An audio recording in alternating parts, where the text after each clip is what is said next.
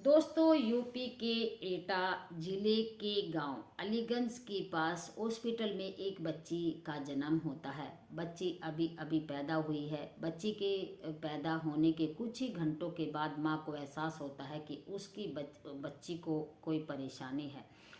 दोस्तों, अब आप पूछेंगे कि वो परेशानी क्या है, वो विवाद क्या होता है। माँ की डिलीवरी नॉर्मल होती है और माँ जब अपनी बच्ची के कपड़े साफ करती है, क्योंकि जो बच्ची अभी अभी पैदा हुई है वो बहुत छोटी है, पोटी कर देती है, पेशाब कर देती है। तो माँ जब भी अपनी बच्ची के कपड़े साफ करती है तो माँ को एहसास होता है कि उसकी बच्ची को ब्लड आने लगता है। ये बच्ची के लिए बहुत बड़ी बात होती है। माँ अपनी बच्ची की इस परेशानी को देखकर बहुत ज़्यादा परेशान होने लगती है, रोने लगती है।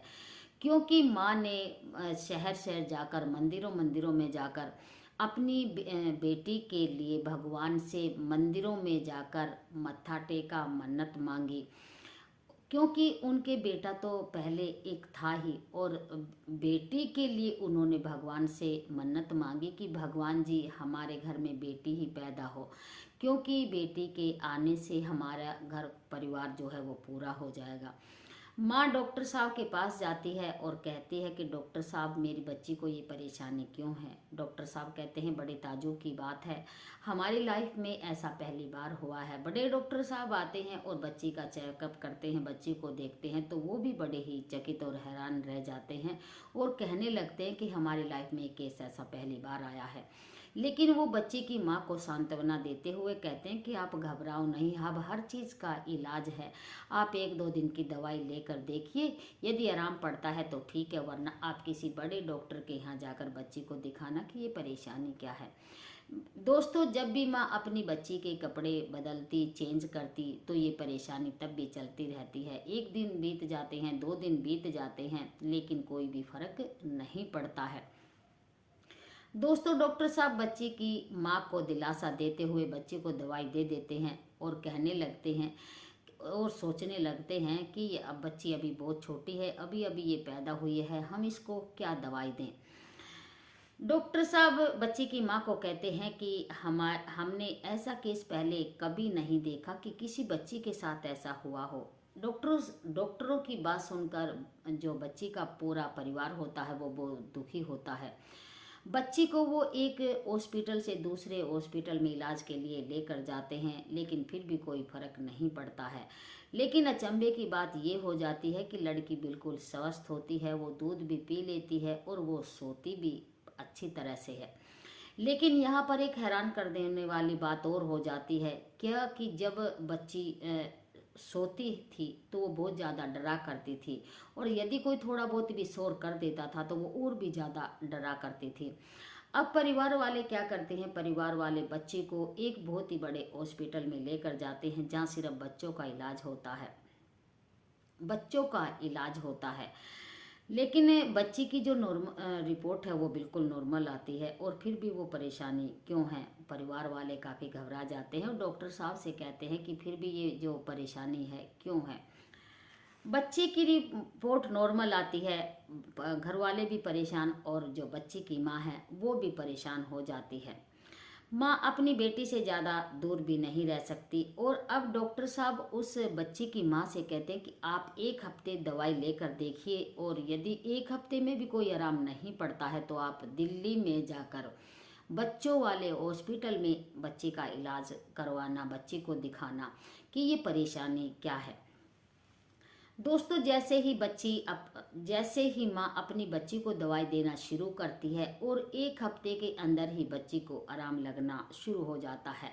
माँ भगवान का शुक्र मनाती है कि भगवान जी, काश तुम्हारी ही दुआ है जो मेरी बच्ची को आराम लग गया है, मैं बहुत ही दुखी थी, और अपनी ज़िंदगी वो जीने लगती है। अब बच्ची 1 साल की हो जाती है तो वो बड़े ही परेशान रहने लगती है और दुखी रहने लगती है। एक दिन जो बच्ची की माँ है वो अपनी बच्ची को साथ लेकर अपने पति के साथ गंगा स्नान के लिए गंगा घाट पर जाती है। जैसे ही वो पति पत्नी अपनी बच्ची के साथ गंगा घाट पर जाकर गंगा स्नान की शुरुआत करते हैं, तो वो बच्ची अपनी माँ के साथ इस तरीके से लिपट जाती है कि वो गंगा मैया के को देखकर, बहुत ज़्यादा पानी को देखकर बहुत ही ज़्यादा डर जाती है।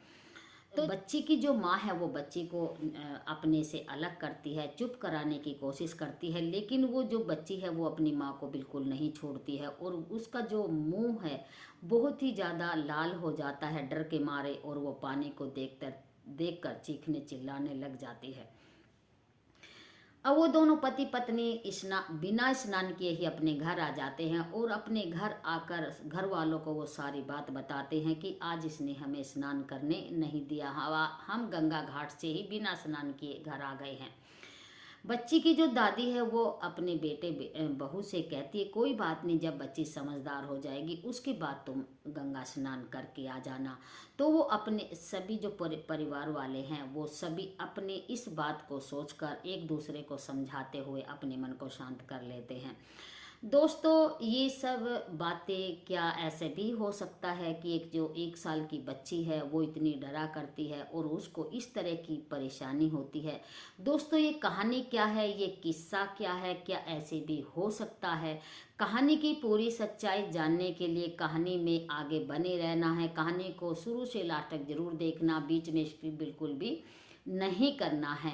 और कहानी बहुत ही मज़ेदार होने वाली है। बहुत ही एक 2.5 साल की लड़की की कहानी है ये, पुनर्जन्म की उसकी ये कहानी है। कुछ वो जो प्रेत योनि में रहते हैं, कुछ उसकी भी बातें वो बताती है। और ये हकीकत पुनर्जन्म की जो सत्य का घटना पर जो आधारित वीडियो है वो हम आपके सामने लेकर आए हैं। और आप वीडियो को शुरू से लास्ट तक ज़रूर देखना है, बीच में स्किप बिल्कुल भी नहीं करना है।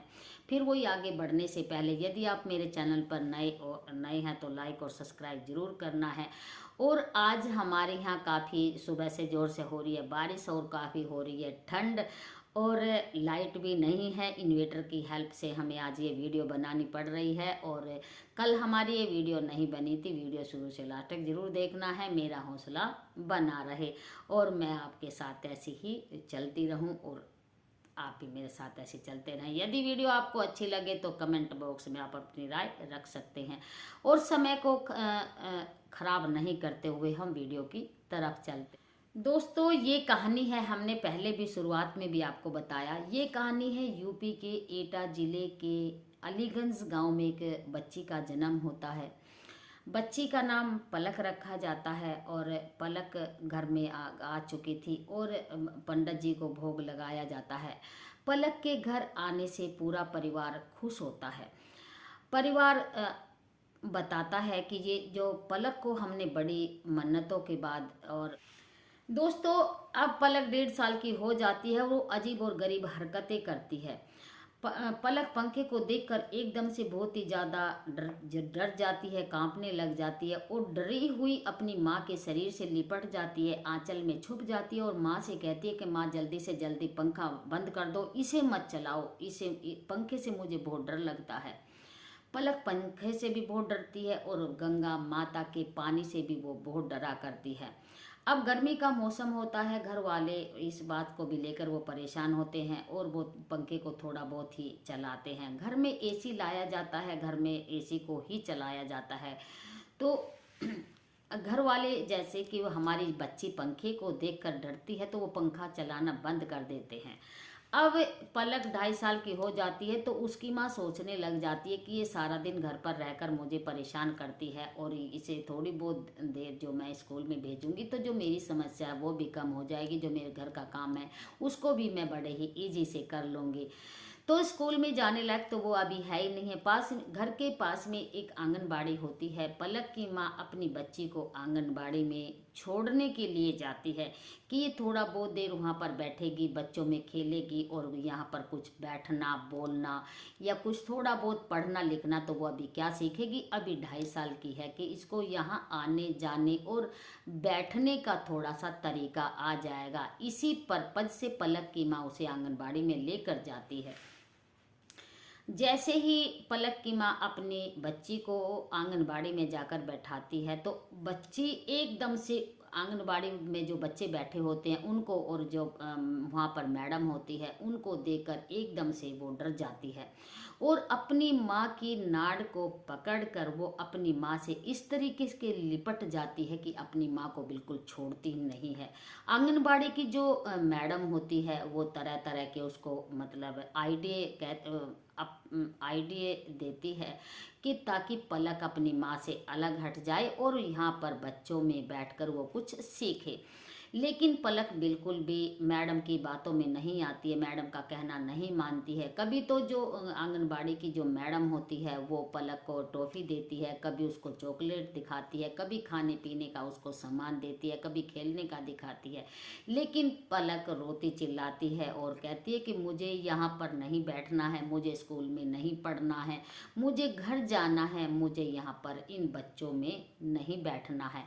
तो वो जब बहुत ही आंगनबाड़ी की जो मैडम है वो पलक को अपने पास बैठाने की काफ़ी सारी कोशिश करती है, लेकिन वो नाकाम रह जाती है। अब पलक की माँ अपनी बेटी को घर लेकर आ जाती है और अपनी बेटी से घर आकर कहती है कि यदि तू इस तरीके से करेगी तो पढ़े लिखेगी कैसे, क्या तुम्हें स्कूल नहीं जाना है, तुम बेटी ऐसे क्यों करती हो। तो पलक अपनी माँ से कहती है कि मुझे स्कूल में नहीं जाना है, मुझे स्कूल में नहीं पढ़ना है।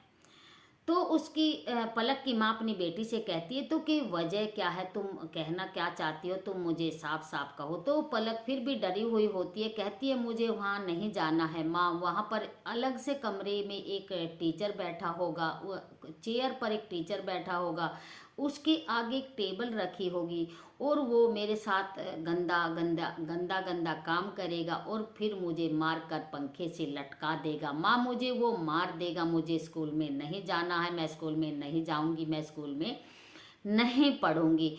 वो काफ़ी जिद करती है और रोती है और फिर अपनी माँ से लिपट जाती है। पलक की माँ ये सब बातें अपने पति को बताती है तो पति अपनी बेटी की बात को सुनकर काफ़ी दुखी होते हैं। जो बच्ची के जो पापा हैं, पूरा परिवार भी अपनी बेटी की बातों से परेशान होते हैं, दुखी होते हैं और वो सभी कहने लगते हैं कि हमारी बेटी के साथ वो पहले काफ़ी गलत हुआ है, इसीलिए इस तरह की बातें करती है। पलक के सामने ये बातें सब नहीं बताई जाती, क्यों, वो अभी बहुत ही छोटी बच्ची है और उसके सामने ऐसी बातें नहीं बताई जाती। बच्चे के दिमाग पर ज़्यादा प्रेशर नहीं डाल सकते। और आज फिर से दोबारा से पलक की माँ पलक को आंगनबाड़ी में लेकर जाती है तो पलक आज फिर वही हरकत करती है।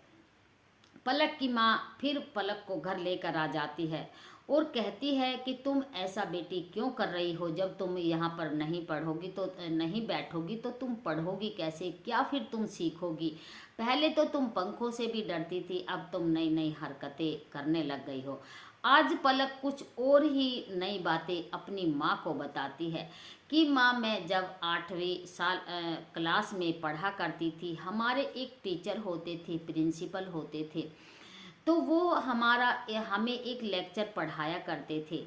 तो जैसे ही शाम के समय बच्चों की छुट्टी हुआ करती थी, छुट्टी के समय सभी बच्चे अपने घर चले जाते हैं और वो मुझे क्लास के बहाने, लेक्चर के बहाने स्कूल में ही रोक लिया करते हैं और वो फिर उसके बाद मेरे साथ वो गंदी हरकत करते हैं और मुझे मारकर वो पंखे से लटका देते हैं।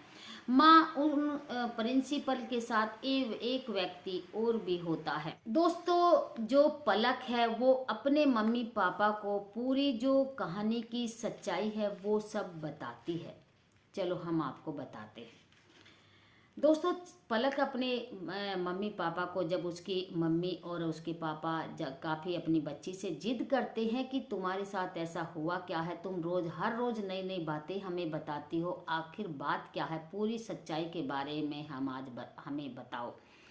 तो पलक अपनी मम्मी को पूरी सच्चाई बताती है कि सच्चाई क्या होती है, जो उसका जो अब पुनर्जन्म है, पहले वो क्या थी, अब वो क्या है। दोस्तों, पलक बताती है कि पहले मेरा नाम चंचल था, मेरी उम्र 14 साल की होती है, मैं 8वीं क्लास में पढ़ा करती थी। मेरे जो एक टीचर होते हैं प्रिंसिपल, वो हमें एक लेक्चर दिया करते थे।